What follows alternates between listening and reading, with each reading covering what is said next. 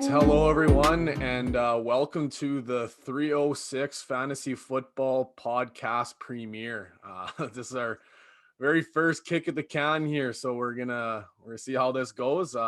First of all, my name is Jordan Carrier. I'm one of your co-hosts here, and I'll introduce Armin Schellenberg. Armin, how are you doing today? Good. How are you? Things are good.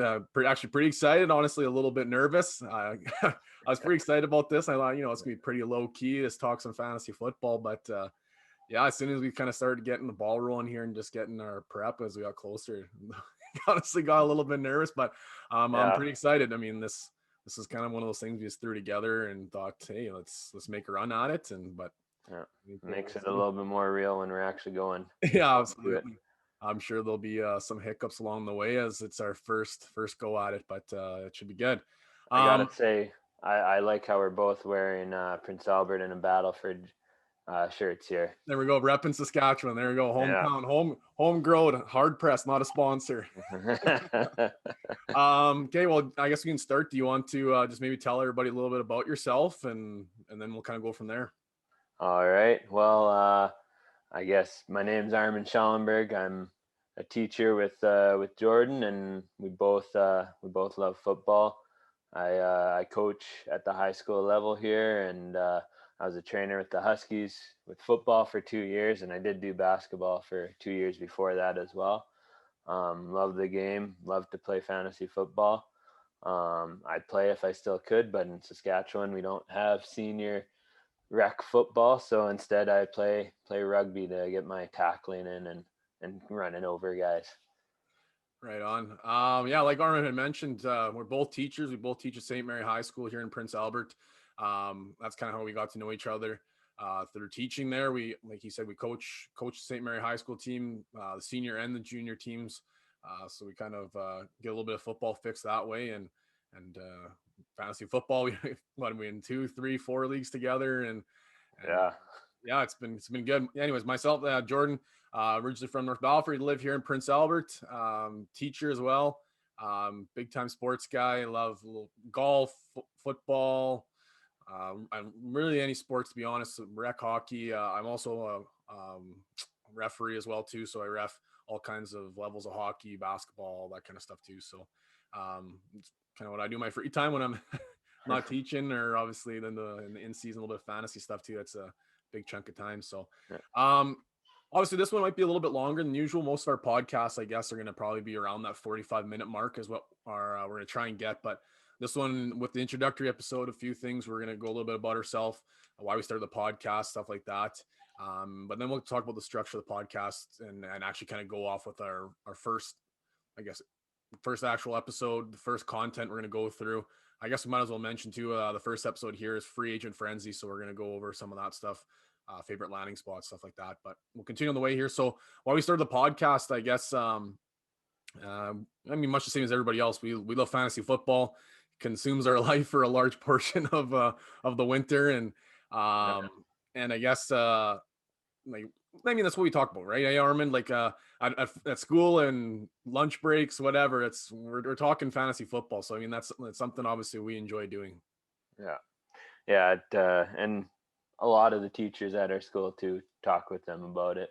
It's awesome. It really created a great um, community within our school with the fantasy football. So you Absolutely. gotta love it.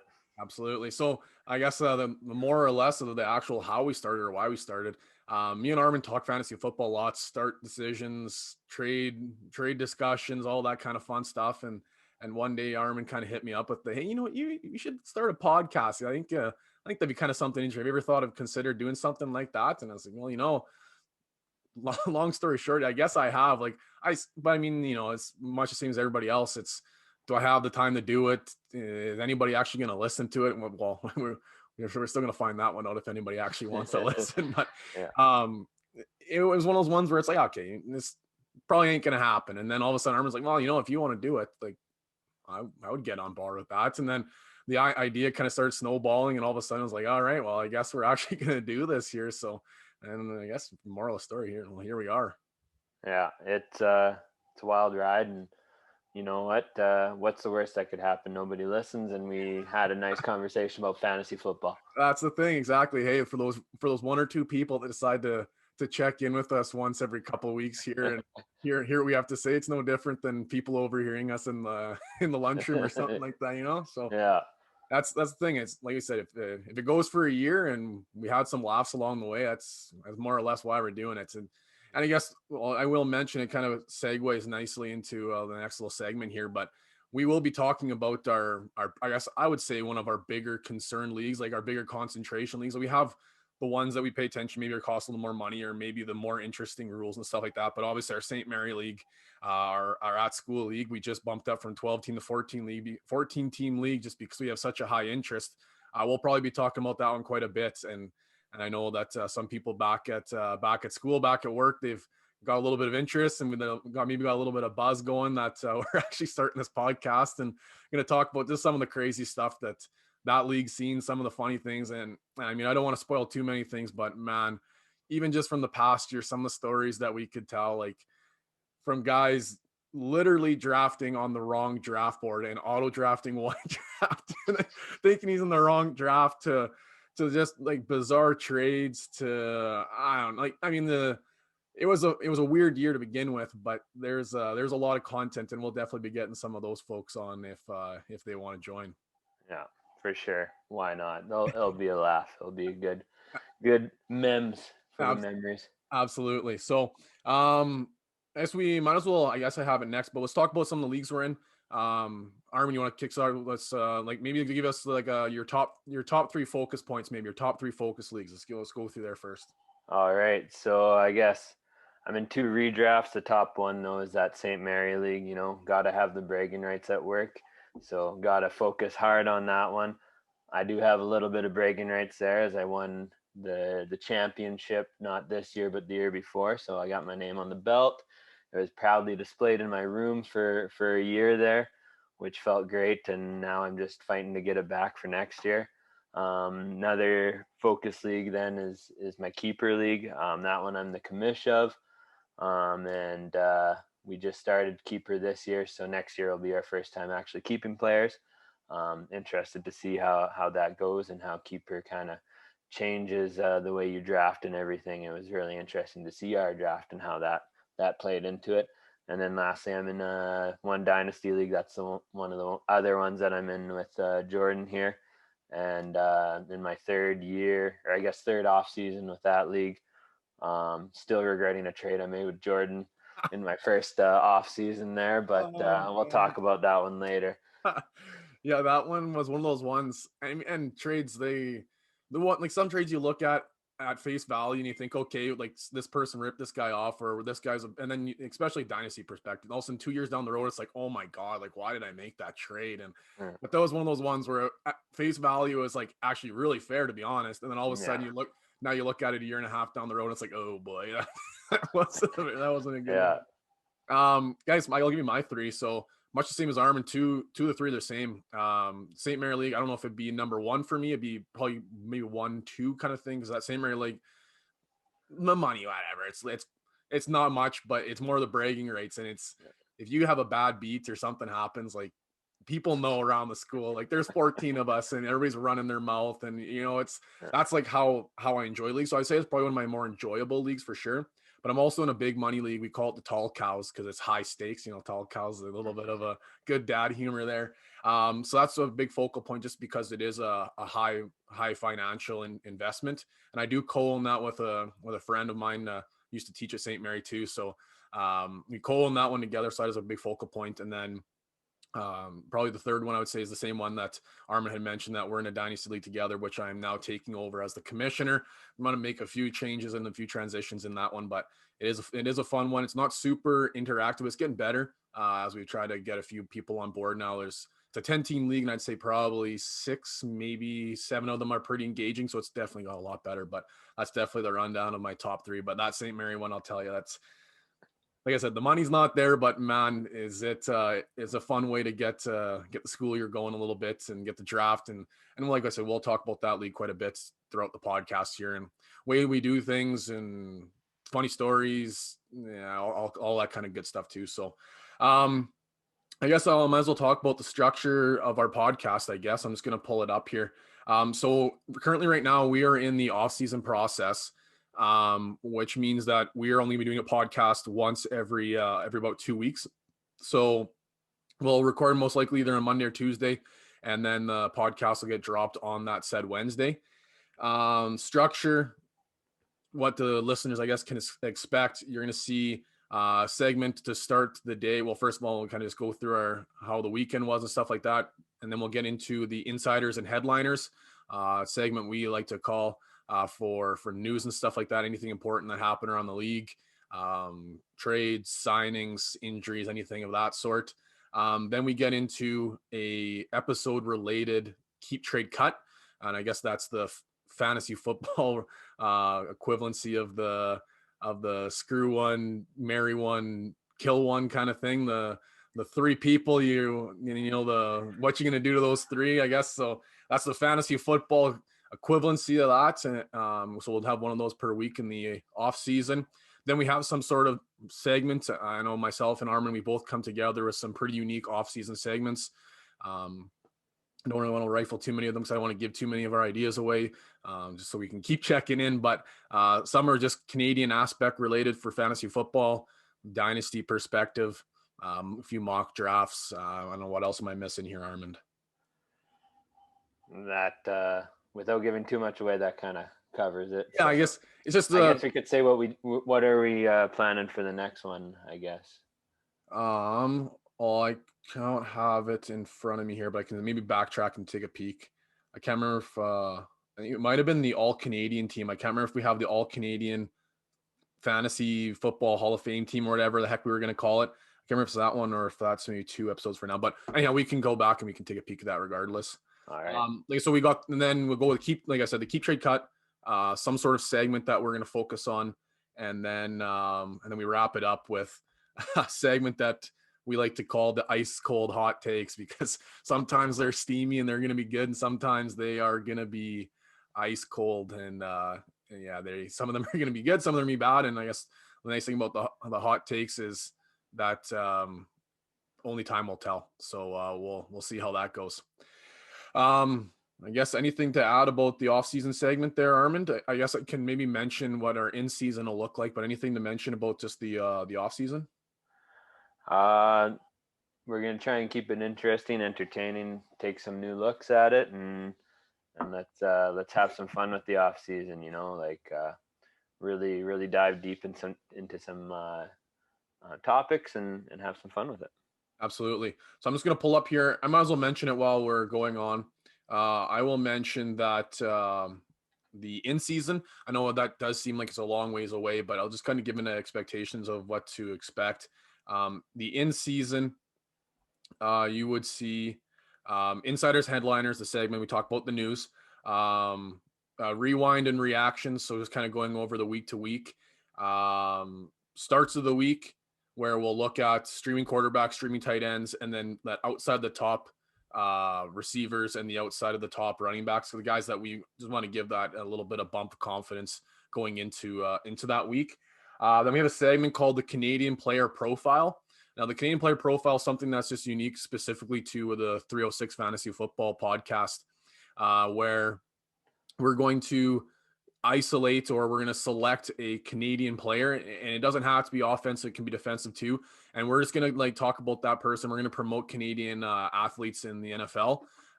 So obviously the easy example would be rookie sensation Chase Claypool. Okay, we want to talk about Claypool. We'll talk about where he's from. We can talk about the university he went to, where he got drafted, stuff like that, what round he got drafted, and then just talk about the season he's having. So that's how we're going to be able to promote those Canadian players. And then when me and Armin are going to have a little competition between the two of us, where we're going to try and basically pick the stat line he's going to have that upcoming week. Now, obviously, we're going to run out of offensive players pretty quick, so we can also talk about Canadian defensive players, whether it be corners, and then we can talk about the matchup they may be seeing with the fantasy-specific receiver, maybe an O-lineman. We can talk about the running back core for the O-lineman. It's going to be something along those lines, but it is definitely gonna be unique to our podcast and our podcast only. And just like I said, a way to be able to promote those Canadian athletes in the NFL. Yeah, gotta promote him, show love to our Canuck um, comrades, and have some fun with it too, and hopefully we get creative here and we never run out of Canadian content. Absolutely. Well, even with the draft class we got looking in here too, might have a few more Canadians to add to the list and Yeah, be able to talk about a few more. And then anyhow, with the and then same thing as we were going to wrap up every episode, we'll talk about our ice cold hot takes. Go from there, and then periodically, like I said, in the off season too, and in the in season, we might have an interview or two, and we'll kind of just slap that right in the middle per episode. So that's kind of the breakdown of what you can expect. I know that seems like it's a long ways away, but the off season is going to be pretty standard. Like I said, you'll see the same segments every time, and then that off season segment put down in the middle. So hopefully, you got a little bit of consistency going for everybody, and learn something, maybe something's interesting, maybe it's just for a few laughs, and we'll be able to go from there too. So anything to add, Armin, before we start, I guess, our very first content here, our very first episode? I think that's a great intro. Let's get to our keep trade cut. I'm looking forward to this. Okay, perfect. So we'll start with the insiders and headliners. So a few pieces of news to talk about. I think the big one, I guess the biggest piece is finally, man, Dak Prescott finally getting that money he deserved. 4-year deal, 106 million with 126 million guaranteed. So that puts him at the second highest paid. I honestly don't know if anybody will ever touch Mahomes' money, because that is like Mahomes money. Like, you go buy an MLB franchise, like that is good money. But for Dak, I mean, he deserved this contract a long time ago. Obviously, with the severe injury he went through, hopefully he can come back healthy and ready to rock. But man, I think it honestly helped his negotiations, because man, Dallas struggled without him. Oh. I think that just put a little bit of extra emphasis in his corner there. So reactions. What does this mean, fantasy football related? There, Arm. What does this mean for the Cowboys? I was gonna we had him originally in our free agent wish list there, and I was saying stay put, Dak, because that defense was so bad last year that Dallas offense could be a fantasy gold mine, and he started out the year so hot too, and he could have continued that all season because he would have been in high scoring games, with a good offense, and could have just been putting up points like crazy. It's great for all three of those receivers there, Gallup, Cooper, and Lamb. I think Dak as a quarterback, especially if they're playing from behind and in high scoring games, he's going to be feeding them all. So Absolutely. I think that's a fantasy gold mine now in Dallas. Yeah, and I think maybe, well, it's tough to say. It's tough to tell, because there's a lot of question marks, and I think a lot of people are really scared and don't know what to do with Ezekiel Elliott either. And if you look at Ezekiel's stat lines, he was Zeke. Like, those first few weeks while Dak was there, Zeke was Zeke. And I don't know if it was a shake of confidence as he progressed through the season without him, or like he was never a guy that was noted as a fumbling or a troubled holding the ball type running back. And we saw, what was it, in week 14, week 13, maybe it was, I can't remember. He had 2 fumbles back to back and ended up yanking them, and Pollard played the rest of the half. Yeah. So I mean, I feel like with Dak coming back healthy, it's got to give Zeke that bump back up again. And they obviously have a strong relationship, and we've seen the fantasy gold that Zeke has been the last couple of years. So I'm hoping that Zeke's got to come back, and right now, like we did that mock draft last week, Zeke was sliding, and that might be something to look into as the offseason progresses. Zeke maybe climbs back up the rankings again. He climbs back up the draft boards. Maybe he keeps holding at that late first round, and maybe he'll be that steal of the draft. Who knows? But I think honestly, this is obviously good news for Dak, and I think it's good news for fantasy input for the Cowboys. Yeah, something to watch close to for Zeke, definitely. Absolutely. So go to the next point here. Texans and the dumpster fire that is the Houston Texans. Okay, well, this can go either way, and I don't want to give too much away here, but Deshaun Watson, I mean, he put out the tweet that said, "I will never ever play another snap for the Houston Texans." Well, Houston responded by saying, "Yeah, we're fine sitting him. We're fine with if he wants to just park it for the year, and we'll just hold on to him." I mean, what's your expectations here? I know maybe you want to talk about him a little bit later on at the end of the episode, so maybe you don't want to give too much away, but what are you thinking here, Armin? Yeah, yeah, it's going into my deep hot take there.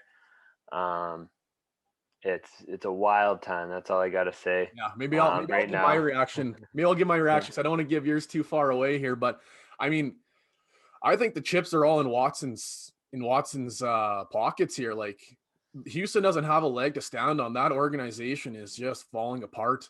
And I know they just redid David Johnson's contract to keep him involved, and it ends up saving them I don't know, a couple $1 million, and I think he's guaranteed 4 million, and then with the couple million incentive or something of that sort. I can't remember off the top of my head, but it doesn't look good. Like literally, they seem like a farm team for the Arizona Cardinals. Like everybody wants to go to the Cardinals. So I mean, Yeah. I had a thought in my head this morning. I was kind of laughing about it. Was like, what would as a Cardinals fan, what if they traded Deshaun Watson for Murray straight up? What would your reaction be as an Arizona Cardinal fan? Because really, you've taken all the studs, you've taken everything Houston has to offer. Now the only thing left is Deshaun Watson. So I mean, as an Arizona fan, would you rather have Murray or would you rather have Deshaun Watson? I mean, like, in my perspective, I think Watson's the guy, but I don't know. It makes it interesting. Both of them are obviously trying to dig their feet in and say no, call my bluff. But I honestly think Watson's got the leg to stand on. But we'll regroup to that because, like Armin had hinted, that dives into his hot take a little bit. But we'll come back to that. Yeah, he seems to have the power in that relationship there. Yeah, absolutely. Franchise tags, they started coming out a little bit last week. We got hit with them, a few of them this morning.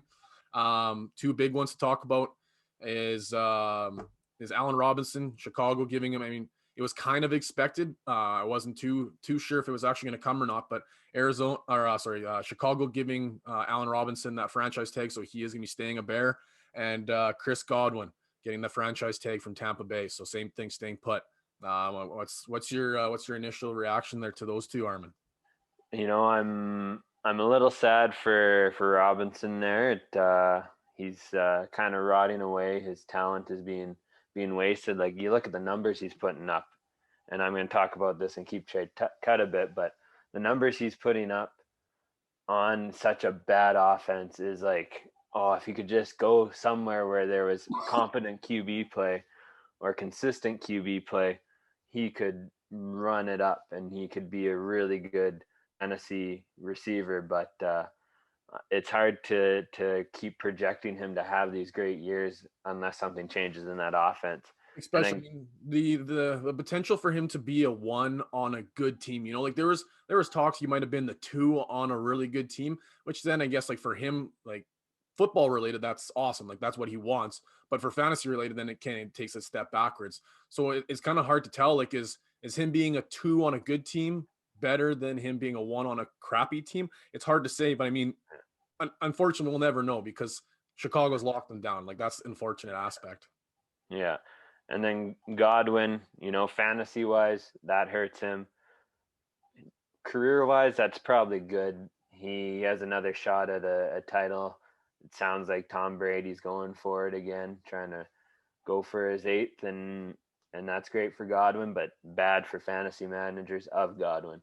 Yeah, I think so too. Like, we'll talk about it moving forward here when we get to a little bit of the free agent frenzy stuff. But like, Godwin was a free agent. Antonio Brown's a free agent. I mean, it's a busy receiving core as it is. Especially if Gronkowski sticks around, well, that connection between Brady and Gronkowski. But now with it already having like, you saw his numbers dip. Granted, he missed a couple games because of health, but his numbers did dip, and it was hard to rely on him because of the heavy receiving core they had. And I agree with you. I think fantasy owners were really hoping that maybe he was going to leave and go to somewhere where he would be the guy, if not the guy, he'd be a steady two. Like they've proven already in Tampa Bay last year, or so I guess not last year, 2 seasons ago, I suppose. But now I guess the last piece of the puzzle is what happens with Antonio Brown, and we'll talk about that in a little bit. If Antonio Brown sticks around, we still have the exact same receiving core, and it's going to be busy. And it is honestly going to be hard to rely specifically on one of those receivers. Yeah. Other than that, I guess just a quick mention. I guess the Big Ben's reconstructed contract, so Big Ben is going to be sticking around in Pittsburgh again. I don't.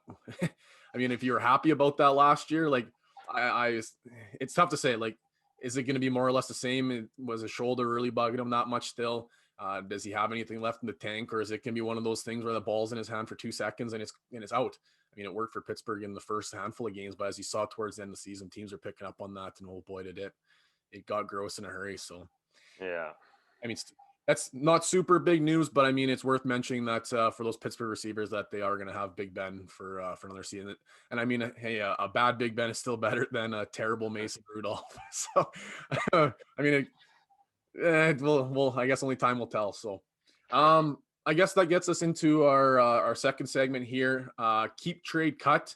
We'll do one of these every single off season, and there'll be I guess the episode related topic. So this one being free agent frenzy. So the free agent edition of Keep, Trade, Cut. I'll go through all of them, and then we'll kind of backtrack and we'll talk about them. So we got one for the receivers, we got one for the running backs, and then we have one for our tight ends as well. So receivers, we have Kenny Golladay, Allen Robinson, and Chris Godwin. Running backs, we have Aaron Jones, Chris Carson, and Kenyon Drake. And for tight ends, we have Rob Gronkowski, Jonnu Smith, and Hunter Henry. So all players that were perceived free agents going into this offseason. Obviously, we know some of the news now about franchise tags coming out and stuff like that, but all at the offseason perspective were free agents. So we'll start with wide receivers, and we'll get Armin to go first and share his picks, and then just kind of give us a little recap of maybe why or for fantasy perspective. Kenny Golladay, Allen Robinson, Chris Godwin. Keep, trade, cut. Go ahead, Armin. All right. So it didn't change too much after the franchise tags came out. I went cut Chris Godwin. Hey, loaded team, spreads the ball around. I know Brady's on record saying that he loves playing with Godwin, but he also has said he loves playing with Scotty Miller and Gronk. So, it's too crowded there. Out of those three guys, I'd cut him if I had to cut any of them. I would trade Allen Robinson. Okay, that situation in it doesn't appear to be getting better. There's been nothing, no ramblings or anything. And they're wasting his best. And maybe you can get something for him. And then keep Kenny G. His value fell off last season, so if you trade him now, you're selling him low, whereas A-Rob is high right now. So they both have the talent level to make an average QB look good. So even with the new QB in the Lions or wherever he goes, right, I think Kenny can make any QB look good. So I would keep him for sure, and his value hopefully will go up, and then maybe you can sell him. Absolutely.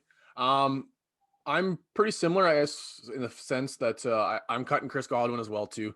The potential upside for the other two, I think, is a little bit greater. I mean, if you're talking Chris Godwin of 2019, well, there's no way you're cutting Chris. So I mean, like, it for me, it's all the crowded backfield. And even if Antonio Brown doesn't re-sign there, like you mentioned, I really like that take. They said Scotty Miller. I really like that because like he's a field stretcher, but I've also really, really like, and this is a deep cut. And I think it's worth maybe mentioning that for guys to maybe take a shot at Tyler Johnson. He was a rookie last year, and I think he has the potential to take that next step. So I really think that, and he showed promise, and he got the ball in the times when the receiving core was banged up a little bit, and he got his touches, and he actually looked pretty good, especially for a rookie when he was like probably the fourth or fifth receiving option. I did like Tyler Johnson. So I even if one of them leaves, I still think it's a crowded receiving core. But I'm a little bit of a risk taker. So I think I'm going to keep Allen Robinson and trade Kenny G. So I do like what you said, because the Lions, and don't get me started, Lions fan, not franchise tagging Kenny G. Big mistake. And I know they're doing their own thing, but just franchise tag him and trade him. Trade him. Right now, he's going to get top 5 receiver money. He is. And don't hear what I'm saying. Like, I don't think he's a top 5 receiver in the NFL. But it's not very often that the top receivers hit free agency. And with this season, with a turnaround, I think he's going to get paid big bucks. And I really think he would have been a hot commodity with a trade option. So I'm very frustrated that the Lions did not franchise tag him and then move him. He probably could have got a 2nd round pick, 3rd round pick, maybe a defensive prospect. Like obviously they've already committed to a full rebuild, but I think now with some of the pieces of news coming out, Kenny G, and we'll talk about this a little bit in the next portion, but Kenny G was potentially looking to land in Baltimore. That was like one of the main things, but now there's a lot of news that Miami is really, really interested. So, I mean, Miami, young team, a lot of promise, probably could have got a draft pick from him. So like, I mean, we're getting on the Lions talk here and I'm getting a little bit rattled, but I would trade Kenny G just because I think the uncertainty. I do like what you said, though, that you may feel like you're trading him low. But, I mean, if he ends up in Baltimore, I'm not super excited about it. Maybe NFL-wise, okay, that's a good landing spot for him. But fantasy, I just don't think that's fantasy gold. You know what I mean? Like, I think it's a downgrade. But Allen Robinson, the rumors of maybe landing Russell Wilson, like the Chicago, like they're rumors. And I mean, there's no factual evidence yet. There's just that Chicago wants to go all in on Russ, and whether Russ actually gets traded or not. But I mean, if Russell Wilson lands in Chicago right after Allen Robinson gets franchise tagged, like Allen Robinson stocks are going through the roof. And I mean, then maybe it's a time to start talking about trades. But I mean, then also then you have legitimately a top 5 quality receiver in a dynasty or fantasy land, like absolute gold mine. Like, so I think I'd keep Allen Robinson. I would trade Kenny G and I would cut Chris Godwin. So, I mean, those are the ones that only time will tell. I don't know if there is a wrong answer. I mean, I'd be happy with all 3 of them on my team, but those are one of those ones that time will tell. Yeah, that's the whole fun of this, is that it's 3 guys that you don't necessarily want to cut or trade, that you would be happy keeping them, and we got to make a decision on this show. Okay, I'm going to give you a stat line, 3 stat lines, and I want you to make a decision on which you would rather have. Okay. Okay. 65 receptions, 165 receptions on 116 targets for 1,190 yards. Okay, so 65 receptions, 1,190 yards, and 11 touchdowns. Okay, that's stat line 1. Stat line 2, 98 receptions on 154 targets. So 98 receptions for 1,147 yards and 7 touchdowns. Or would you rather have this stat line? So that's the second stat line. Third one, 86 receptions for 121 on 121 targets. So 86 receptions. Keep in mind, this stat line is 2 less games played. Okay. The other 2 are 16 full season. This one's only 14. Okay. 86 receptions, 1,333 yards, and 9 scores. Okay. So touchdowns from potential number 1 is 11 touchdowns, then 7 touchdowns, then 9 touchdowns. The yardage was just about 1,200 yards, then about 1,100 yards, and about 1,400 yards. And the receptions were 65, 98, and 86. But keep in mind, the second player, his stat line was 2 less games. I like the 86 receptions of 9 touchdowns, and that one had 1,400 yards, right? Yeah, just about 1333. Yeah, I like that one. High possession. He catches it whenever it gets thrown to him. It sounded like, because he had a lower number of targets. I like that one. And here's the funny thing: those are all 2019 stat lines from all 3 of those receivers, and we just cut Chris Godwin, and that was Chris Godwin's 2019 stat line. So that's just how funny these things go. Like, those 2019 stat lines were gigantic, but we just cut them just because of 2020 reactions. And to be honest, we don't know if it's going to get any better, but we just cut that stat line at 14 games, and the other had 16. So that's just shows perspective. Like, we have that 2020 mindset a little bit from the previous season, but I mean, that's fantasy, man. His talents can show. It all depends. Okay, we'll go in the next one here. Running backs. Aaron Jones, Chris Carson, and Kenyon Drake. Tell me a little bit about what you think of all three of them. All right. I picked cut Kenyon Drake. Every year he starts slow and then he kind of picks it up a little bit at the end. Last year, his pickup kind of wasn't quite up to his usual standard. I used to be a huge fan of him fantasy wise. I was trying to buy into him. I'm glad I didn't invest too much in him because he's kind of been a bit of a bum lately. Yeah. He's never really been able to bring his floor up. And I put bring his floor up off the bottom of the Marianas Trench because it seems like he always has such a low floor. Oh, he just his yards per carry last season was not something to be to be chosen. It was terrible. Anyway, sorry, continue. All right, my trade is Chris Carson. I I love him as a player. He's a super hard runner. He makes big plays. He puts up big numbers, and he has a high floor when he's healthy. The problem is when he's healthy. Okay, I'm having a hard time looking past that injury bug. You can still sell him though, because there's going to be guys that can look past it yet. Still, he's still young enough that they'll look at him and be like, well, he hasn't had like any major injuries, so he's probably still good, right? So that's why I put trade Chris Carson and I put keep Aaron Jones. I mean, he produced at Green Bay without having the backfield all to himself. Imagine him going to a team where he is the guy. He could put up huge numbers and like think CMC light. Not he's not going to be CMC, but CMC light. Like I think you got to keep Aaron Jones out of those three. Absolutely. Same thing, pretty similar. I think cut Kenyon Drake. I don't even know if he's going to be a bell cow back this upcoming year. Like it's tough to say. Like there's reports that that's Arizona saying Chase Edmonds their guy. So Chase Edmonds might be by himself, and Kenyon Drake might not get signed by them and get signed by somebody else. He might end up signing a small deal and being a split again. Who knows? But I think cut Kenyon Drake. Chris Carson. I'm going to keep Chris Carson and I'm going to trade Aaron Jones just because Aaron Jones stocks are through the roof. The return you can get, I mean, it sounds stupid. Like you're trading a high end RB. It sounds really bizarre. But if he lands in Miami, like some people think he is, his stock's going to like just go absolute banana lands. So I think if you can capitalize on that high stock, especially a guy that he's looked good, but both seasons towards the end of the year, he either just deteriorated and got a little bit nicked up, so his touches got a little bit lower, or maybe it's just that he got phased out by the Green Bay plan. I'm not exactly too sure.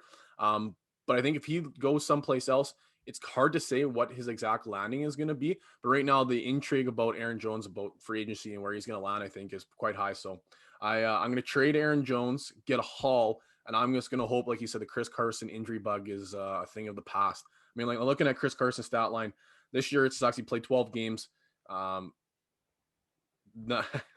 His stat line's 681 yards. This year was off year. I think he started hot, got hurt. I think that's maybe, like you said, that might maybe the storyline. It might be a thing to kind of forget. But his 2019 stat line, I'll read it off to you here. 15 games played, 278 rushing attempts for 1,230 yards, 7 scores, but had a fumble problem, 7 fumbles. Okay. He also had receiving stats, 15 games played, 37 receptions, 266 yards, 2 scores. So, I mean, that's intriguing. Still used a little bit in the receiving game. Now, the problem with him is Seattle's letting him walk. Didn't franchise tag him, aren't re-signing him. So now he is going to be a free agent. Where's he going to land? Is he going to land in a committee? Is he going to land on a team that doesn't want to run the ball like Seattle? Seattle just fired, what did they end up firing? Was it their offensive coordinator? They want to run the ball more. You're already one of the hardest running teams in the NFL, and then you just made the statement you want to run the ball more. So, I mean, it makes things interesting for the running back committee that Seattle's going to inherit, whether they stay the same, they pick somebody up, they draft somebody, Russell Wilson outlet. But I think I'm going to keep Chris Carson. I'm going to trade Aaron Jones, get the haul, and I'm going to cut Kenyon Drake. All right. Final one here, tight ends, Rob Gronkowski, Jonnu Smith, and Hunter Henry. Okay, I'll let you take her away. This one was a tough one for me. As you know, I have Jonnu Smith and Hunter Henry in Dynasty.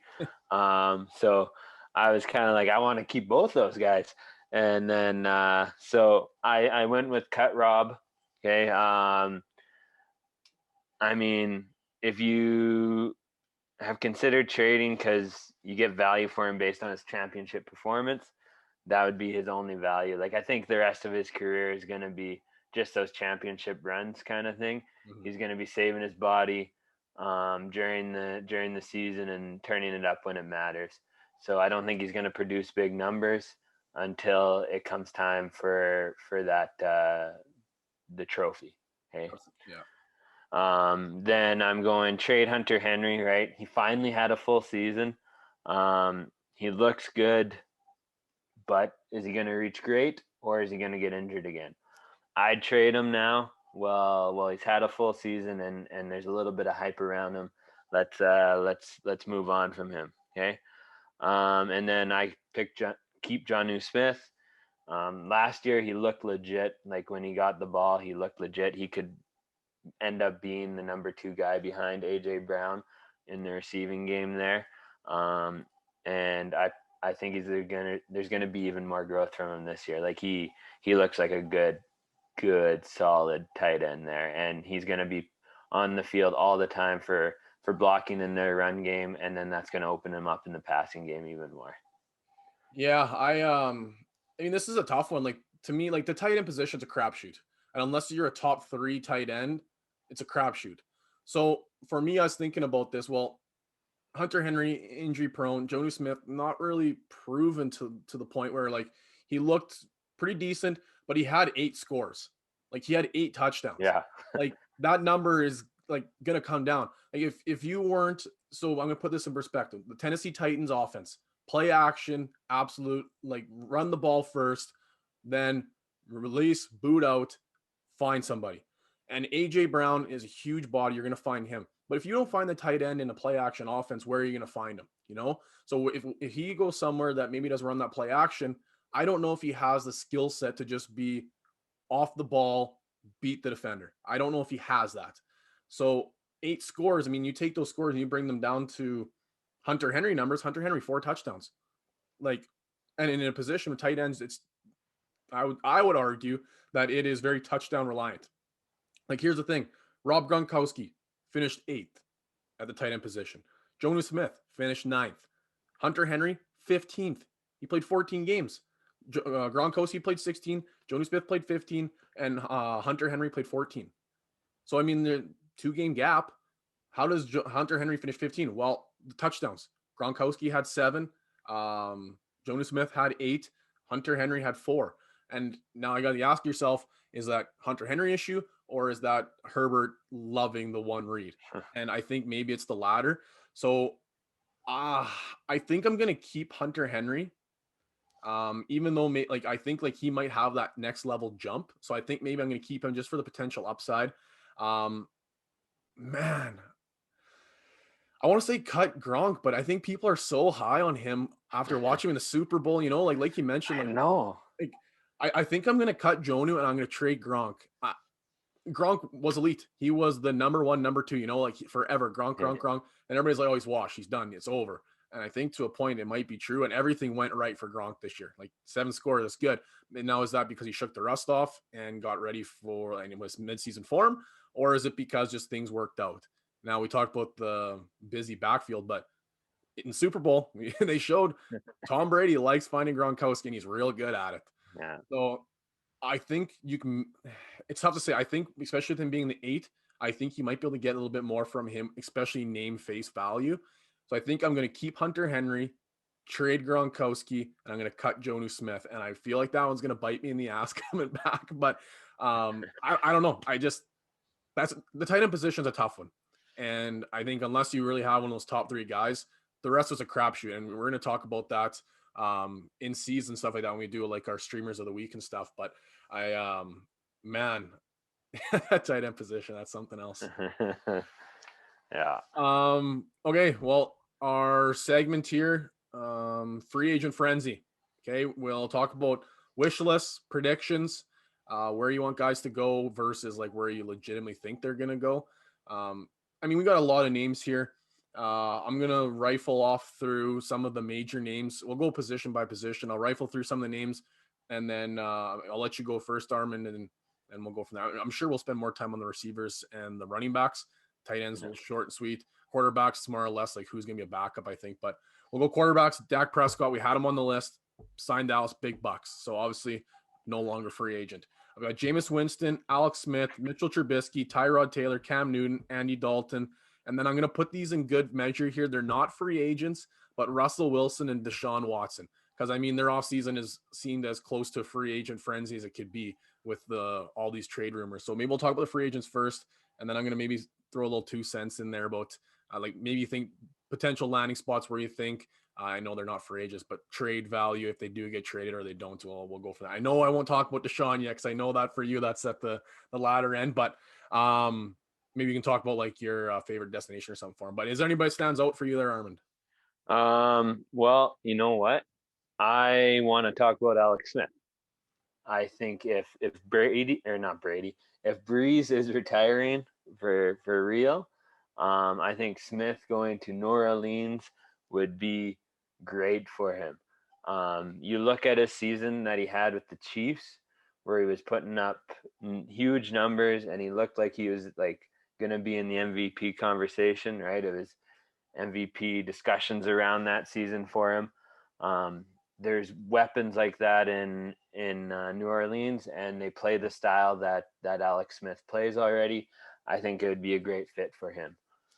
It's hard not to like Alex Smith. Like you had that gruesome injury, you had so many surgeries, you had the discussion that like you might die because of this injury, and then you might never walk again and probably never walk again. You might have to amputate the leg. Like it was, and then just all of a sudden, just the like defying all odds, comes back and plays. And not even just walks, like literally walks, but then plays in the NFL again. Like, how do you not like Alex Smith? And it's first series he gets jumped on top of? Yeah, well, was it against against the Rams? Like, then you have to face like Aaron Donald like game 1 or game 2 back. Like, I mean, you're holding your breath, but it just exhilarating seeing that coming back. But I mean, makes the reports kind of upsetting a little bit. Like you see how Washington is pretty open with him. Like he wasn't part of their plan moving forward, and I don't think they even anticipated him to even play again.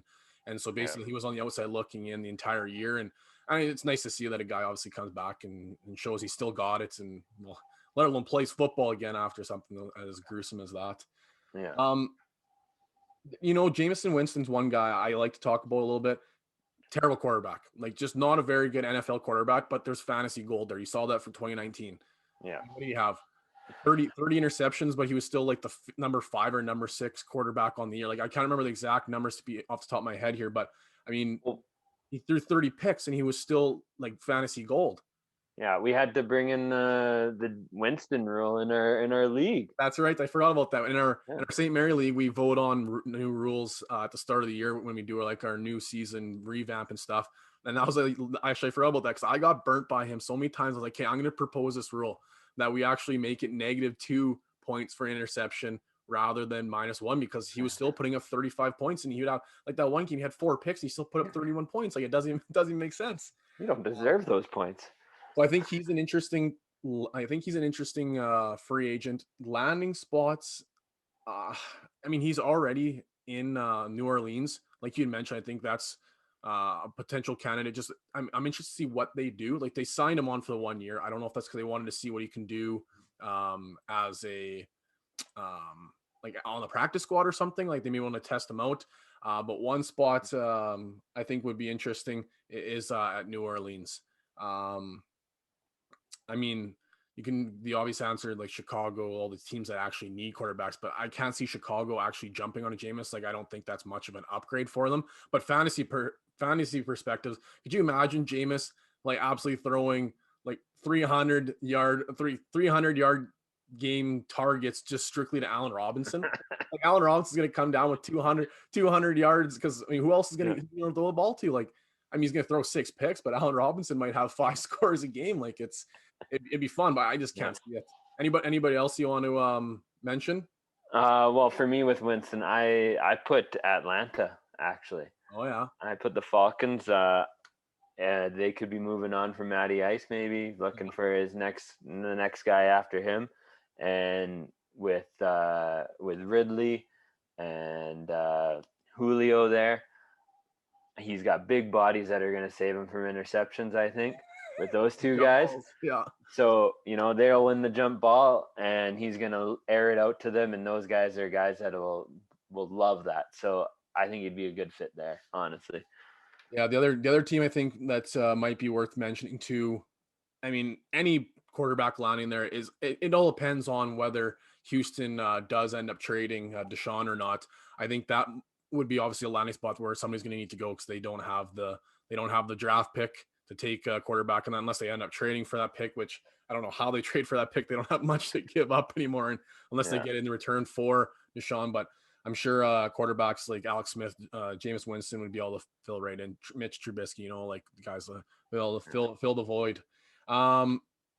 Running backs: Aaron Jones, Phillip Lindsay, Kenyon Drake, Todd Gurley, Duke Johnson, Leonard Fournette, Tevin Coleman, James White, Mark Ingram, Marlon Mack, James Conner, Chris Carson, and I threw this guy in here, Frank Gore, and I'm going to mention him at the end. I know he's not a real popular name. Well, he might be a popular name, I guess, but he's not a super fantasy relevant name. But I threw him in there just because it's a little fun to talk about. But any running backs that jump out at you off the get go? I want to see Aaron Jones with the Cardinals. I think he would do well there. Yeah, I think he would definitely be an improvement over Drake in the run game, and in the pass game, he is a guy that if Murray is scrambling, he's going to be able to keep up with him, and maybe we'll see Murray pass the ball a little bit more when he scrambles instead of run, because Aaron Jones will be there to catch it. I like that take actually. I haven't really thought too much about that one. Now they're talking about Aaron Jones. I'm in love with the Miami. Like Miami, and I know they have the backfield already. Like they had a successful backfield last season. Even it was kind of a bit of a revolving door with injuries towards the end there. But man, I think Miami would be a good landing spot for him just because they've already shown that they want the bell cow. They want the 3 down back. They want a guy that they can put in first down, second down, third down, doesn't matter. And I think he's shown enough in the receiving work that maybe Tua might be able to get him on those checkdowns as well too. I know in Green Bay, predominantly receiving work went to Jamal Williams, but I think that would be a really good fit, especially with Miami trying to make a run. Like I think they're going to be pretty involved in the free agent market this offseason, whether it's as a receiver or whether it's at the running back. I do think they're going to go after running back. Maybe they draft a receiver or whatever, but I do think that the position or the landing spot of Miami would be quite nice for Aaron Jones. Yeah, that does sound interesting. While we're on the Green Bay kind of train here, I'm going to move to who I think should go to Green Bay, and that's Duke Johnson. If both Jones and Williams leave, A.J. Dillon, he's going to be like the runner there, and Duke has proven to be a good third down back, and he's hungry for the opportunity to show his skills again. And I don't think Green Bay is just going to use him as a third down back. If you look at how they use their backs, he's going to get some series. He's going to get more opportunity than I think he would anywhere else as like a guy who's more of a third down back type of role. That's a real good spot, especially like you said, if Jamal Williams doesn't land there, I think that's like, once again, holy man, having a brain cramp here. Houston traded to get Duke Johnson. Like I almost kind of forgot that Duke Johnson was with the Cleveland Browns, and they traded to get him, and then they just outright released him again. And there was rumors going around that he was going to be a bust regardless, because Houston, a team that just doesn't really throw to the running back. Like Deshaun just hasn't really proven to check down much. And obviously that came to fruition where now they just cut him. But I do like that landing spot. Duke Johnson, I mean, it's not right now, he's not fantasy gold, but it's been proven that receiving running backs, well, if you're a PPR league, every time you catch, you go point, point, point, and you can just count them. Like, I mean, look at JD McKissick. Like some people are saying, who, JD McKissick? Well, look what he did for Washington. Like every time, like Alex Smith went in, got the change of quarterback, and JD McKissick, like his stat line was atrocious, but he had 14 catches. Well, that's 14 points. You know what I mean? Like a receiving running back is really, really good, especially if you want to go late round running backs, you want to go quarterback in the first round, you want to go receiver heavy, you want to go after Kelsey in the first 2 rounds, where maybe you have that lack of running back depth. those are late round gems that you can pick up on the discount. So I think Green Bay would be a really good landing spot.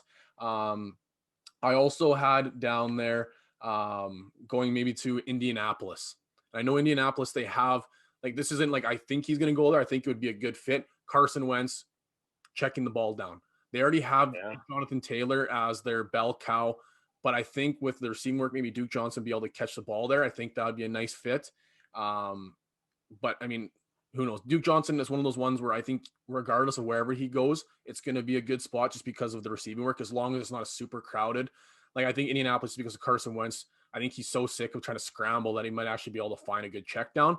But like I said, it's one of those ones where, well, maybe even he goes to like a Kansas City. Okay. It's tough to say what Kansas City is going to do with their backfield. I know obviously CEH is there and he's their guy, but other than that, who's their receiving running back? I mean, Williams was there, but he took the year off because of COVID. Is he going to be back? Is he going to be there? Who knows? Well, that'd be obviously a good landing spot for career-wise, like you go chase a ring, but also like you're getting a lot of receiving work from Mahomes too. One name that I want to talk about is, well, I'm going to just mention James Conner. I don't think he's going to like. I love James Conner, the story of James Conner beating cancer, like the whole backstory. I love Connor, but I just don't know if he didn't show enough this year. I don't think he's got enough juice. I think he's going to end up in a committee somewhere. I think he is going to be like second look, like second fiddle. I just don't know. And that's maybe like a position where like he'll end up in like maybe Washington or something. And it's tough to say. Like Washington's got their young stud, they got Antonio Gibson, but maybe they want a secondary back for backup, like it's tough to say. I just don't think he's going to be a one. What's your take there on Connor? I agree. Like I was trying to think of teams that he would go to and nothing like really popped to me. I even like pulled up a sheet with all the teams so I could like be like thinking about him, and I couldn't. I don't really see him going anywhere unless he's going to be there as a backup. Okay.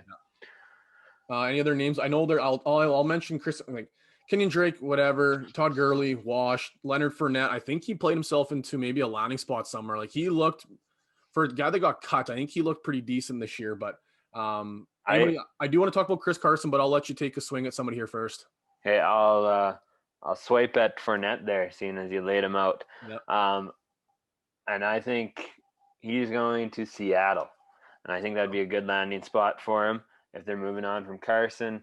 And maybe they don't quite know what they have in Rashad Penny yet, right? Fournette would be great there. He's kind of their style that they like, right? They're run the ball team. They throw a little bit to the running back, but not a lot. And Fournette can catch a little bit, but not a lot. Yeah, I think it's a good match there. So here's Chris Carson. I'm going to mention. I want to see Lon in two spots, and I think both would be really good. Okay, one, and I'll take a shot in the dark and just flip a coin and say which one I think he'll go to. I want to see him either in Pittsburgh or I want to see him in Buffalo. Okay, Pittsburgh, they're running. They know like Pittsburgh's provided they want to run the ball, but they just couldn't. They couldn't. And Chris Carson is a hard-nosed runner, so I think him landing in Pittsburgh and getting those touches, I think is going to help open everything up for Pittsburgh because he is a good runner. But also Buffalo, the same thing. They tried to force feed that run game, and Singletary doesn't have it. I think they tried it out enough, and I just don't think he has it. And what's slipping my brain here. The rookie there. Moss. Yeah, Zach Moss. Same thing. Like I think he had a lot of potential going in there because Buffalo wanted a run game. And I think a lot of people were interested with picking him up, but he didn't show it for me. And I don't know if he provided Buffalo with enough security or enough trust to actually be like, you're our guy. So I feel like maybe especially Buffalo's offense was electric this year, like electric. Yeah. And I think giving Josh Allen a trustworthy check down too, because Chris Carson has shown that he can catch the football. I think, man, I'd be excited to either one of those two. I think if I had to make a guess, I'm going to say Pittsburgh just because they're kind of in that wing now with Big Ben. But man, would go to Buffalo. I'd love to see that too. I agree. I had him as Steelers, and like you said, that running style, and that would make he would be an automatic fan favorite there. Like the Steelers fans would love him. Yeah. And the team seems to like to use a balanced running back too. And Chris Carson is hard nosed, workhorse, but he is still balanced at the same time. Like he said, he can catch the ball, and that's kind of how they like to use their running back, in a balanced kind of way. Any other running backs you want to mention? Frank Gore. Let's take a little shot here. Okay? Frank Gore. First of all, I want to see Frank Gore make it long enough that his kid gets in the NFL as he's still in the NFL. Like, how sweet would that? What a storyline! Like, I mean, the man's played forever. Like, Yeah. he keeps finding his way on a team. So right now, let's make a bet. Let's make a wager. Chris, let's say Frank Gore is going to land here. Okay. If he doesn't go anywhere, if he retires, then obviously it's a wash. If we get it wrong, it's a wash. But let's make a wager. Okay. We'll say a beer and wings when we can finally go to a restaurant. Winner gets the beer and wings. Okay. Right. Where do you think Frank Gore landing spot? Where do you want him? Oh God. I don't even want him. Where do you think? Just where do you think? Where do I think? Let's go KC. Kansas City. Yeah. Okay. I'm gonna go with. Oh man, I'm trying to think of like it's gonna be something stupid, like not even a team that needs a running back. It's just like they're just gonna pick him up. Let's go with. I'm gonna go with Chicago. That seems like a Chicago. No, actually no. I'm going Houston. I'm taking Houston. That's a Houston move right there. Frank Gore is gonna play for Houston next year. Houston is the new Jets, I think. So I think you might got me there. Yeah. Oh, we'll see. I mean, time will tell on that one, but we'll have to watch this one back. Yeah. So, okay, Frank Gore, the Mr. What is it? Undefeated Mr. Never retire. I don't know what you were going to call him. Mr. Gray Hair. We can call him. The guy's have hair.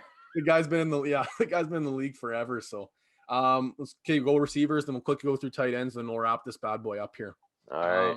Receivers, I'm going to list these off. I know a few of them franchise tag. We can talk about maybe the landing spot reaction stuff, but Kenny Golladay, Allen Robinson, Chris Carson, Curtis Samuel, Juju Smith-Schuster, Will Fuller, T.Y. Hilton, Golden Tate, Deshaun Jackson, Sammy Watkins, Corey Davis, Cordell Patterson, Keenan Cole, Antonio Brown, Tim Patrick, A.J. Green, Larry Fitzgerald, Marvin Jones, Nelson Aguilar. I mean, the list goes on and on and on. Some of those guys are irrelevant. Some of them are legit.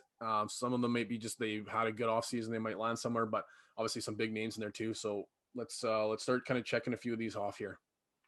All right. I'm actually going to start with a team. There's one team that I think could be a suitor for a few different guys here, and that's the Steelers again. We're talking about the Steelers a lot right now. I think Aguilar, Davis, and Tate, those three guys could – any one of those guys could end up with the Steelers. And as a landing spot, it'd be good for them because I think they do have the potential to eventually make it to the top of that pecking order. They wouldn't be automatically. Steelers, even without Juju, has a lot of depth at receiver, but they like to use that rotation. So a guy coming in to that rotation is going to see a lot of playing time, and he could outplay the other guys potentially. I know Pittsburgh loves to draft receivers. They've shown that, and obviously their draft depth is quite big with just letting Juju walk. But so I'm just going with your pick here. So then, do you think that they would take him on as being like legit, maybe one, or just as a depth piece? Because I mean, Deontay Johnson, he's proven himself. Drops. I mean, he had drops, tough year, but he's very, very good receiver. And obviously, we talked about Chase Claypool a little bit at the start. I mean, if you're getting compared to Megatron, like you're legit. So like, are you thinking like for depth pieces here? Or are you thinking like for NFL perspective, fantasy perspective? Because for fantasy perspective, I'm thinking like maybe I'd still like Deontay and Claypool a little bit more, but maybe for NFL perspective, that might be a good landing spot. I'm not sure. So what do you, let's elaborate on that a little bit. That was more my NFL perspective. Okay. I think, for their career, kind of where they're at. Like, I don't think they're going to end up being the big guy signed to a team to be the number one receiver. They've never really proven that. So I can get behind that. I was going to say, as them, like for Pittsburgh as a fantasy spot, I was like, I'm not sure if I like that, but I think the Golden Tate one's going to be interesting. I think he's maybe going to land with a contender just as like a depth piece, a leader piece, you know? Yeah. it's tough to say. Like, so there's so many receivers. There's gonna be so many movements, but I'm gonna mention it's Kenny Galladay. I've already talked about him. Detroit botched that. I mean, I'm excited for the future. It's gonna be Yeah. tougher, and I mean, it was tough the last couple years too. But we're gonna take our lumps. We're gonna regroup. We're gonna rebuild. We're gonna do this right. But Kenny Galladay, I think. I mean, the rumors are saying Miami, so there's a good chance he does land in Miami, especially if they're gonna make a good run at him. I think a great landing spot for him would be in Jacksonville. Okay. I think Jacksonville, because they have the receiver core, and it's tough to tell because you didn't really have the quarterback to support it. So is it just that some of the receivers didn't pan out?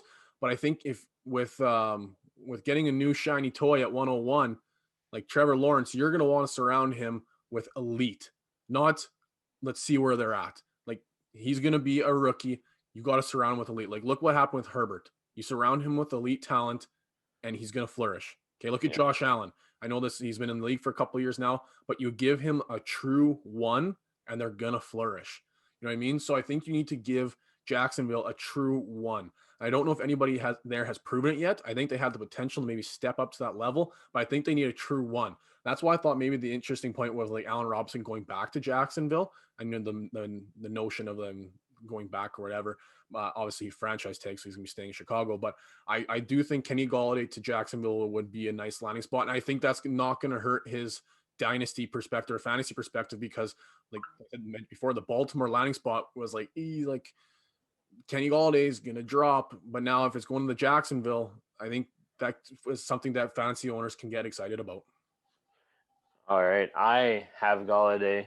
I think the Rams would be a good spot for him. Now I know they have Cup and Woods, but both those guys are kind of shifty possession guys, PPR guys. Galladay is more of a deep threat, and he thrived with Stafford as a gunslinger. They have a good rapport. Throw him back with him, and he'll automatically be the one with his old QB there. Yeah.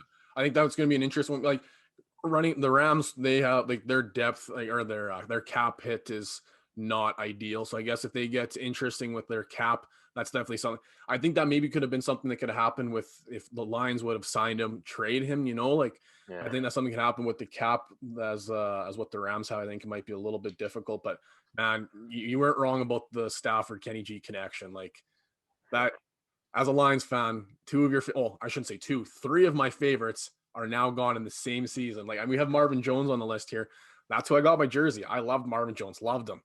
So I wanted to get Stafford. I was like, okay, Stafford be my second jersey. I'll get that one next. Stafford's never leaving. Well, now, like, I'm crying inside because my three favorite players are all gone. But it's like I said, it's time to rebuild. It's time to regroup. It's time to move on. We'll figure it out. And I do like Jared Goff. I do.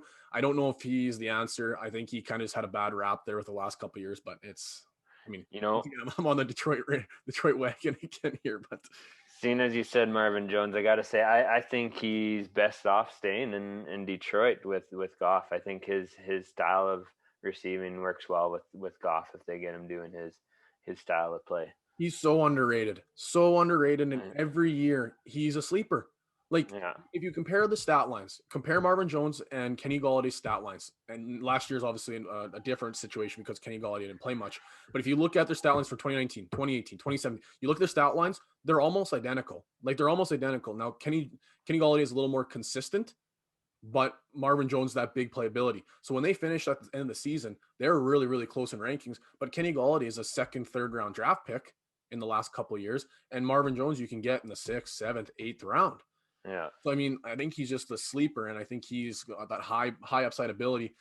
I think Marvin Jones, I think that's who I think might end up going to Baltimore. Just, I don't think he's going to go as the one, but I think he's going to go as that extra layer, extra receiving ability. I would like to see Marvin Jones go to Green Bay. Now that sucks because that's interdivision. You're going to see him just get absolutely torch the lines. But I need Green Bay to see. They need to get somebody. They should have got Will Fuller in the trade deadline. Now, it would have burned them because Will Fuller with the suspension, and we can talk about him in a little bit here too. But Green Bay needs to add somebody. They don't have the number 2. Now, there's rumors of, like, everybody's like, oh, Allen Robinson, Green Bay, that'd be unreal. That's gonna hurt Allen Robinson though. That's gonna hurt Devontae Adams. So I think Devontae Adams, he's the one. He's gonna get his. But I think if you add Marvin Jones as a second threat for Aaron Rodgers, he's unreal at free play. he's going to find Marvin Jones on the free play. Now that's going to hurt me as a Lions fan. Like I said, going to Green Bay and going to torch my Lions for the next couple of years. But I think that would be like absolute prime landing spot for him. Like same thing with guys like Will Fuller. I think that's a great spot with him. Like those little bit of stretcher guys. Even, Curtis even Samuel too. yeah, even I was thinking like AJ Green and Larry Fitz, guys near the end of their career who may be wanting to try and get a ring. Why not go to Green Bay and play with Rodgers and chase that ring? Exactly. And they could still be somewhat relevant on that team. They wouldn't be the old guy on campus. What do you think about Juju? I mean, he's since he came to the league, he's one of my favorite. I know he's getting a bad rap now with the TikTok stuff and he was running his mouth at the Browns and they lost. And I mean, he's getting a bad rap now, but he's always been one of my favorite players. Okay. What do you think about him? Where do you think he's going to, I think it's pretty, he said he wants to stay with Steelers, but I think that ship has sailed. So where do you think he's going to land? I have quite a few teams for him. The top one would be Ravens. And then Pats, Miami, Detroit, Colts, and Green Bay. I listed all those because they all need a boost to their passing game, except Green Bay has Devontae. Yeah. But he can play anywhere in the route tree, and he could go on to any of those teams and be the automatic number 1 or number 2, which is good for Juju. You need him at that spot. He's not going to go anywhere where he's the number 3 guy, right? Yeah. So he's going to be looking for a team where he can contribute. And I think number 1 would be Ravens. I think that would be a great landing spot for him, especially the way he plays. Yeah, he's like that possession type receiver, Yeah. And even still in that crowded backfield, he still found the ball. He still found the end zone in Pittsburgh. I think if I had to pick a spot that I think he's going to go to, I think it's Miami. I know you mentioned Miami. They're going all in. So if Kenny Golladay ends up I think if they go all in on Kenny Golladay, then Miami's going to get Kenny Golladay. But I think Juju would be a good fit for landing in Miami. And if he doesn't land in Miami, like I said, that Jacksonville destination isn't the worst either, too. So yeah. I'm not there's other guys on here that's I don't know if it's even worth talking about. Like T.Y. Hilton, pretty washed. Corey Davis, he did boom. He did show a little bit. He might be a guy that would be a candidate for like a Green Bay, not pay him too much, but might be a 2 guy. So there's lots of destinations like that. I mean, obviously Houston needs receivers. Will Fuller, I don't think they're going to resign him. So I mean, obviously they're like that's somewhere where there's going to be need a destination. I don't know anybody else is jumping on. Antonio Brown, I should mention this. Like if he stays in Tampa, I think that makes everything worse. Everything. Just because, like I said, it's a crowded field. It maybe Gronkowski ends up staying there. Who knows? But I think that's just going to make the situation that much worse for them. So I'm really hoping he goes where? Don't care. I really don't care. I think he's going to stay. If I had to make a decision and say this is what is going to happen, Antonio Brown and Tom Brady have a bromance going on. Like it's pretty common knowledge. I don't know what's going on there, but something's going on there between Antonio and Tom. And obviously Tom helped Antonio get through his whole situation there. Obviously Antonio wants to play where Antonio wants to play. We saw in the free agency and going to different teams and the whole crapshoot that was that whole offseason experience. But I think he ends up staying in Tampa. I hate that. I really, really don't like that. But I think just the connection there and they want to stay together. So sign anywhere else. I don't care. Sign anywhere else. I'd love it. But I think I truly think he's going to stay in Tampa. Yeah, I think you're right too. This is a bit of a hot take here though, but wouldn't he be good with Philly? I think he'd be one of the number 1 guys there instantly with one of the hottest new QBs. Yeah, we're going to talk about Hurts in the offseason here because I think he might be a little hidden gem at the quarterback position come draft season, but there's a lot of uncertainty with him. Like, I mean, he looked real good those first couple games, and all of a sudden it was like, yeah, well, question marks, But yeah. I do think that Philly, I don't think they're real happy with the way the draft worked out for them. I don't think they're really pumped about Rieger. Like, he didn't really show what I think they were looking for. Especially with the rookie production that came from the receiver position this season. I think they're not super pumped about that, but it's tough to say. Yeah. Okay, let's hit tight ends, and then we'll finish this thing up here. So tight ends, there's some no names, some big names. We'll go through this relatively quickly. I can't imagine it's going to take too much time to go through here. But Jonu Smith, Rob Gronkowski, Kyle Rudolph, Jared Cook, Hunter Henry, Gerald Everett, Trey Burton, Mo Alley Cox. Okay. Anybody that jumps off the page, nothing crazy, but I'm thinking maybe Hunter Henry's probably going to be the big name of discussion. Yeah. I could see Hunter Henry. I would like him in New Orleans. Good offense, and they need a guy there after Cook got cut, and they did target the tight end, just Cook kind of let him down. So absolutely. I'm trying to think. Gronkowski, I think he's going to stick around in Tampa Bay. I'm trying to think of teams like Philly's looking to move on from Zach Ertz, so Philly might be a destination where somebody ends up. They got Goddard. Yeah, it's tough to say. Yeah, even God, he looked okay at times, but I think Philly might be a destination. I think this is kind of reach maybe, but I think I've been saying this for a while. It was a hot take I put on Twitter a while back, but I think the Cincinnati Bengals need a tight end. Okay, Joe Burrow needs a check down option. He's already got some great options at the receiver core. And I said hot take that Cincinnati should end up taking Pitts in with their pick. And man, I was like, hey guys, it's a hot take. Like it's not supposed to be that. And everyone's like, no. They need offensive lines. Like, okay, well, yeah, obviously everybody knows they need offensive line. Right? It's not a hot take if you say, draft an offensive lineman with their top 5 pick. But I think they need a tight end. Like Drew Sample, nobody had a little bit of fantasy value this year just because of the way Joe Burrow wanted to find the tight end. So I think Hunter Henry might be a good option. He's young. He might be able to settle in there with that young core they've got going on, and he might be able to flourish for who knows how long. So I think Hunter Henry to Cincinnati would be a good option. Yeah, that's not bad. I like Kyle Rudolph to the Chargers to give Herbert another vet to throw to. Mm-hmm. I think that would be a good pick for both his career wise and fantasy wise. He'd be a red zone target there, especially because they have that opening. And I think that's somebody you can get relatively cheap too, right? Like Rudolph very well can end up retiring. And if he retires, what a catch to finish it on. Like that game, was it week 17 against the Lions? That catch he made in overtime. And that was week 17, wasn't it? I think so, yeah. Yeah, the one-handed catch, and he just walked right out, gone. Like if that's your last catch of your career, what a stamp. Like what a finish. But I do think that, like you mentioned, that they would be a good candidate to maybe pick up a cheap free agent. I think Mo Alley Cox is a guy to watch out for. Where he lands, no idea. Team he lands for, no idea. Destination, I would like, no idea. But the man's a monster. Like, what is he, 7'1" or something? He's a monster. So I think he's definitely something to watch out for. He might end up somewhere.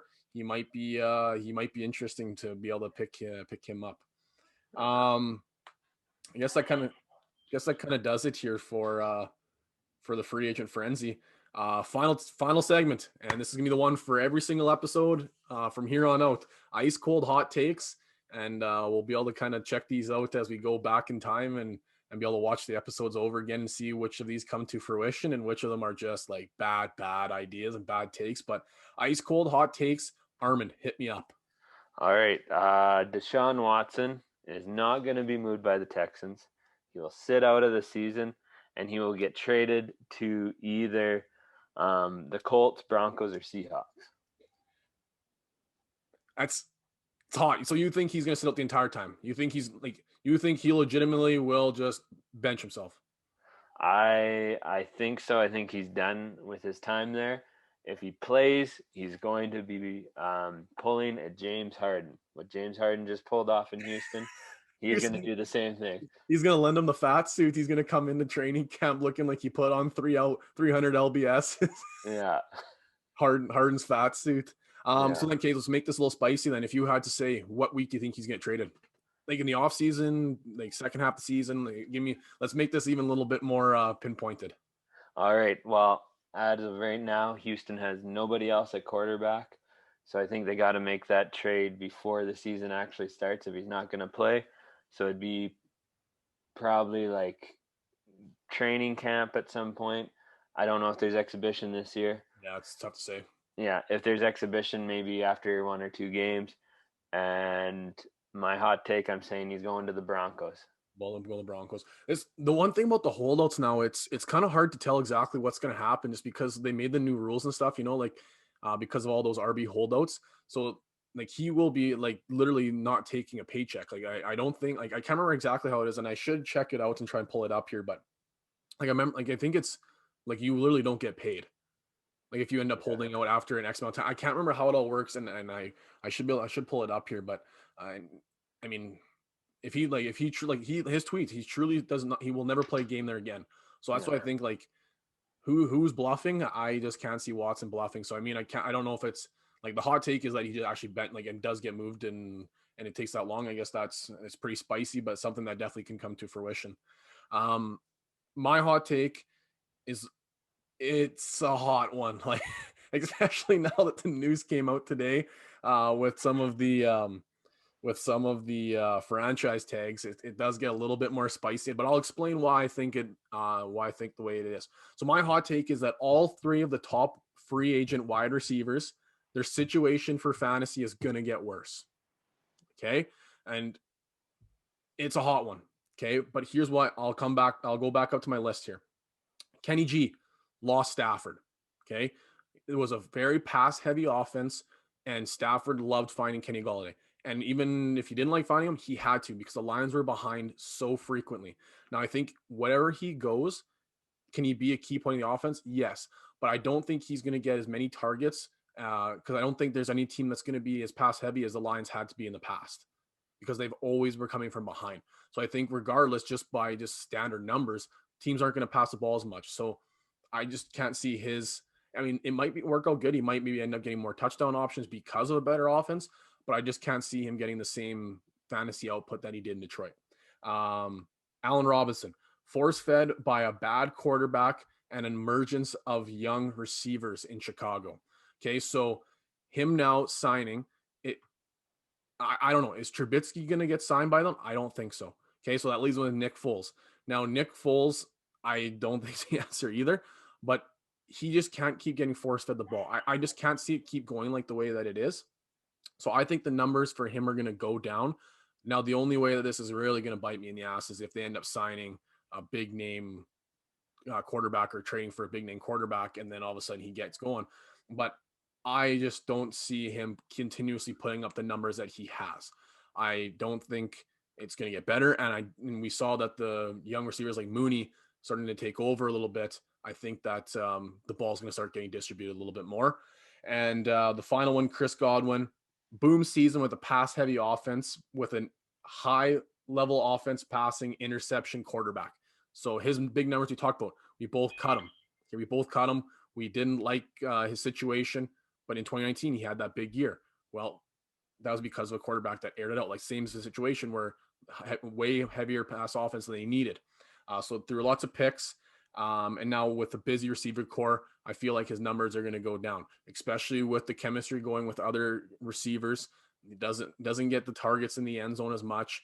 And I think that if Gronk sticks around, Brown sticks around, now he's franchised. And I think I mentioned already the emergence of Tyler Johnson. I think Johnson is actually going to be a legitimate option for that offense. So now we're looking at 4-5 receivers.